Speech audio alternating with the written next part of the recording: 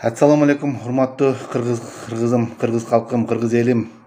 Мен силерге кайрылып аткан себебим ушунчалык кыргыз элимди көрүп, ушунчалык ак пейил, ак көңүл кыргыз элиме ушундай кайгы менен, мындай капа менен мамлекетибизге ушунчалык капа, наразылык менен кайрылып атам.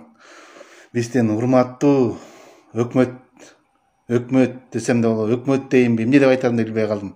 Чын айтканда, ушунчалык элди санага салып, капага салып, ушундай кыйын заманда кыйын кылдыңар айткандачы. Мына пандемия башталат деп апрелде, мына марттан бери башталды эле. Марттан бери мына карантинде эки ай жаткыздыңар кыргыз элин. Баарын эч жака чыгарбай, анда да кыргыз эл макул болуп баарын карантинде жатты, унчукпай этпей. Карантин ичинде канча деген гранттар, миллион деген акчалар келди, доллар менен да келет. Менин санашым менен караганда, бияка айтканда эле, чын айтканда 500 миллион тегерегинде доллар менен келип калдыбы, урматтуу чоңдор. Кичине уят деген барбы? Уялсаңар болобу ошо. Жок дегенде элдин көзүнө болобу, мына өзүңөрдүн адамдык касиетиңер болобу, жүрөгүңөр ооруйбу десе да, бир миллион доллар болсо дагы, 1,5 миллион доллардан бир ырксаңар деле, бир 100 миллион, бир 7 миллион жертва кылсаңар деле, ар бир областка бирден менен аракет кылып салсаңар болот эле го. Урматтуу чоңдор, урматтуу өкмөт, эмне деп айтарымды билбей калдым, чын айтканда силер үчүн. Ушунчалык элди наразы кылып атасыңар, ушунчалык капа кылып атасыңар, айтайын ачык айткандачы. Канча деген битир садака деп мындайча айтканда Кыргызстанды талкалап жок кылдыңар, болгон нерсенин баарын ичип жатып жетип жок кылып эчтеке калтырган жоксуңар. Эми башка мамлекеттерде эле ушу кыргыздар байкуштарга деп акча бөлүп берип аткан акчадан деле жебей койсоңор эмне болосуңар ушунчалык. Албай койсоңор эмне болосуңар. Жок дегенде кичине бир жерде миллион доллар Бишкекке бир койка эме салбай эле койгулачы. Больница салбай эле койгулачы. Мына берем дегендер канча деген ошо хотя бы койкаларын коюп, палатка тигип берип, ишин условиясын коюп, жанагылардын аппараттарын коюп, метсең элдер кыйнабасаңар жакшы болот эле го. Урматтуу чоңдорубуз, эмне мынча капа сана кыласыңар кыргыз элин? Ушунчалык жаман нерсе кылып атасыңар го. Уялсаңар болобу.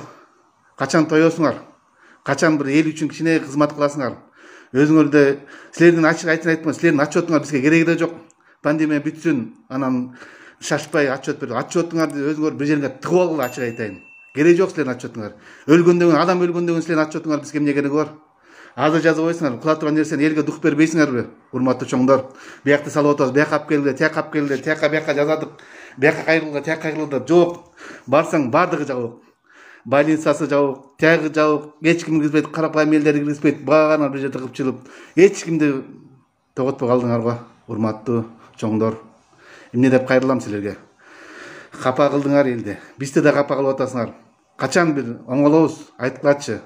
Оңолуп турган заман болобу, келеби ошо заман, же келбейби? Ушу менен өтүп кетебизби? Бир кайрылуу жазып атам, бир оңдосоңор болот эле. Жазагылачы бирдеме, эмне кылып атасыңар? Медиа болобу, кандай болот? Өзүм деле түшүнбөй калдым. Палатка деп болсо тикпейсиңерби? Алып келбейсиңерби жанагы менен? Акчаны каяка кетирип атасыңар? Элде берип аткан, чогултуп аткан акчаны каяка кетирип атасыңар? Эми анчалык деле кетпейт го деп ойлойм да. миллион долларга бир килеге 9 этаж салып коет го берде жанагындай частниктер. Эми уялсаңар болот, жок дегенде бир этаж кылып салып бергилечи мындай. Барбы деген, совесть деген барбы силерде? Урматтуу чоңдор, урматтуу деп айта албай да калдым. Ойлоңулачы, калайык элим, кыргызым менин, байкушум. Качан гана болсо да кор болдук го. Кор болуп өтүп кетебизби деп андан да корком. Заман өзгөрүлүп атат. Аракет кылбасак болбойт. Эгер ушундай темп менен болсо, билбейм, айта албайм. Көпкө барбайсыңар силер. Мындай темп менен ачык эле айтайын, көпкө бара албайсыңар. Ошондуктан ойлоңгула, аракет кылгыла. Эми аракет деп кылды деп андай айта албай жатам. Эмнени аракет кыласыңар? Жазай турган киши бир күндө жазайт, жазагылачы. Кылгылачы ошо нерсени. Салып бергиле. Элдер кыйналды аябагандай. Урматтуу чоңдор, суранам эми. Ушпай, талашпай, аракеткерди кылгылачы, эл үчүн кичине жардам берип койгулачы. Өзүңөрдүн эмеңерди ойлобой, кет башыңарды ойлобой. Баардыгыбыз эми кыргызбыз го. Башка бөтөн бирөө эмессиңер го силер деле. Ошо кыргыздын тукумунансыңар го. Ушуга күйүп, кыргыз элибиздин, каждый кыргыз элибиздин, бир кыргыз эл өтүп кеткен бул кыргыздар үчүн трагедия болуш керек. Аябагандай кызыгчу азыр трагедия болот. Урматтуу чоңдорубуз, ойлоңгулачы, жазагылачы бул нерсени. Биз келдик. Сүтү неме көрбөстөн буттарың качан чыккан, эмне болгон, элдер көрүш керек болуп атат да. чындаппы, жалганбы, ар түрдүү адамдар бар да. Мындай оору менен канча жылдан бери ооруп келесиң? 22 жылдан. 22 жылдан бери. Быйыл уже 23 жылды атасыңбы? Ооба, быйыл 23 жыл болду да. Ушинтип өсүп турат, а? Ушинтип өсүп турат. Кытышып турат анан кийин. Кытышат. Кытышат, кыйын кытышат. Сыйып таштайм.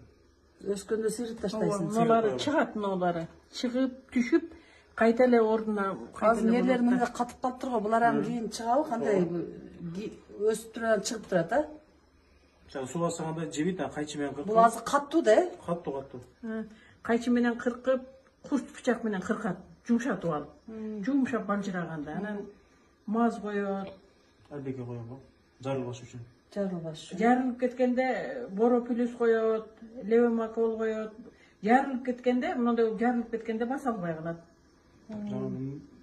Бир кечен кетти, жарылып. Эти кошо жарылып кетет да. Бул жагында ошондой, э? Колдорумчу, колдорум. Колдорум да уже жазылбайт. Ошончо жумулуп калган. Мына эки кол менен кыймылдайт. Кыймылдайт баары эле. Жок, Кыймылдайт, бирок кармашы. Монда ортолорунда монтуп калганда. Ортолору оңор эмес болуп турат да, ломбуп. Алалбайт, анан ирин чыгат. Катаганда жарылып калат. Ириңдеп дагы турабы? Ириңдеп кетет. Ириңин жар баса лукул дагы ооруйт, ириңдейт. Колдо дагы, буттары дагы.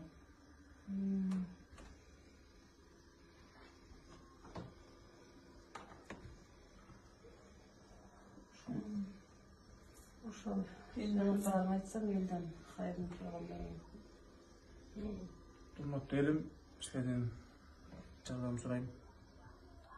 Мына ооруну ким билет, ким көргөн, элдик дарыгер же табыттарды билсе, кабарлап койсоңор ошо эмеге. 3 жашымда чыккан ушу жара. Азыр 25-ке толдум. Дегенде уже баста калайм. Азыр эми достор үйлөнүп атат.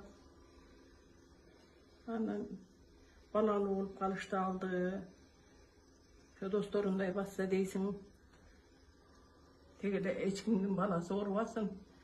Дүйнөдө эч бир бала, эне баласын деп карабасын экен. 3 жашынан ушундай болгон ушу балам. Кыйналат, кээ бир күнү таң аппагаткыча уктабайт. Таң аппагаткыча уктабай чыгат. Кээ бир күндөрү кытышып. Эми өзүбүздүн алыбыз жеткен жерге чейин көрүндүк. Анан жакшы ушундай профессорлорго, чет мамлекеттерге алыбыз жеткен жок. Күчүбүз атасынан 4 жашында эле ажырап калган. Экөөбүз барбаган жерибиз калбады. Табыптарга бардык, Бишкекке чейин бардык. Жылдап жаттык Бишкекте. Айыктырам дегенден. Эми достор үйлөнсө, жүрөгүм ыйдайт, жүрөгүм сыздайт. Ушу балам кем болуп калды, кем болбогондо достор менен барат эле. Эми кыргыз элимин кайрымдуу адамдары болсо, ушу балам айыгып кетсе, достору менен жүрсө деп Кудайдан 1000 жолу тилейм. Бизден кайтпаса Кудайдан калсын. Балам дагы достору сыяктуу болуп, ойноп калса 1000 жолу ыраазы болот элем. Эч бир эненин баласы болуп, түндөлөр уктап алганда 1000 жолу ыйлайм. Кудай айгандай балам ушундай болуп калды. Ушундай болуп тумай койсом балам ошо жагынан айта элем. Достору менен балам ойноп калса экен. Кыргыз элим ушундай бардыр профессорлор, башка мамлекетте деле бардыр ушуну айыктыра тургандар. Ушу жардам берип, ушундай ушул жерде бар экен деп жардам кылсаңар, колуңарды чоссоңор, билген инсандар. Рахмат айтып, алдын ала 1000 жолу рахмат айтам.